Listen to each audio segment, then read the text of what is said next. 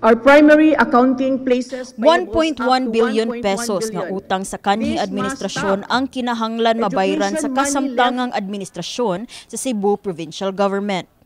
Kini nga revelasyon giluwatan ni Cebu Provincial Governor Pamela Baricuatro atol sa iyang labing una nga State of the Province Address kon SOPA Biyernes Agosto 29, 2025.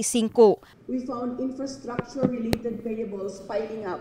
Projects promised to LGUs, adunay mga cheque gi-issue but with no clear funding source behind them.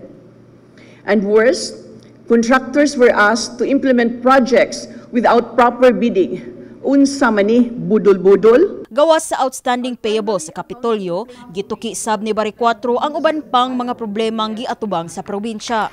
Sama sa pagkaguba og mga kakuwang sa mga tambalanan, ang napasagdan nga 1.1 billion pesos nga Special Education Fund, mga quarrying operation nga giaprobar sa Kapitolyo apan wala nagsunod sa hustong proseso, ug ang uban pang mga provincial offices, boards ug proyekto nga gipang-abandonar. This is hard to hear, especially when many of us thought or we were made to believe that we are one of the richest provinces in the country.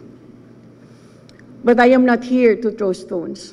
This is not about grudge or politics. This is about truth.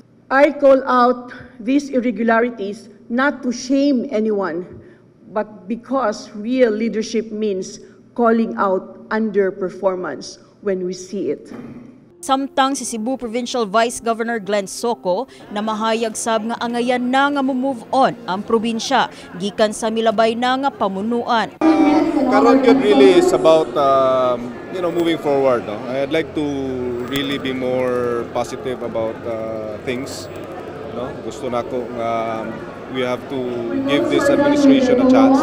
Well, in fairness to the previous administration, much has also been accomplished. Laylay ilang priorities.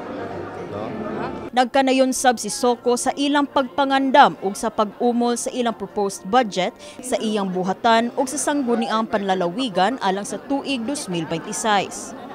The executive budget will be forwarded to the sangguniang panlalawigan that will outline ug unsay mga projects, programs and plans of the executive. At the start of our term, the supplemental in the form of a supplemental budget katong items sa among offices nga we need support. So we requested for projects and programs no nga ma-implement sa namo sa asang mga tag sa opisina. Samtang pasalig ni Baricuatro nga nag-umol na sila og strategic roadmap sa pagsulbad sa mga giatubang nga problema sa probinsya. Sa hinapos nga bahin siyang SOPA, miawhag si Gobernador Pamela Baricuatro sa mga Sugbuanon nga hatagan siya og 3 ka tuig aron mapamatud-an nga aduna gyud siya madala nga klaro ug maayong kausaban alang sa probinsya. Cebu deserves leadership that acts with courage, transparency and urgency. We will fight for healthcare that saves lives, roads that get you home, schools that empower our children, and jobs that lifts a family's future. If you're angry, turn that energy into momentum.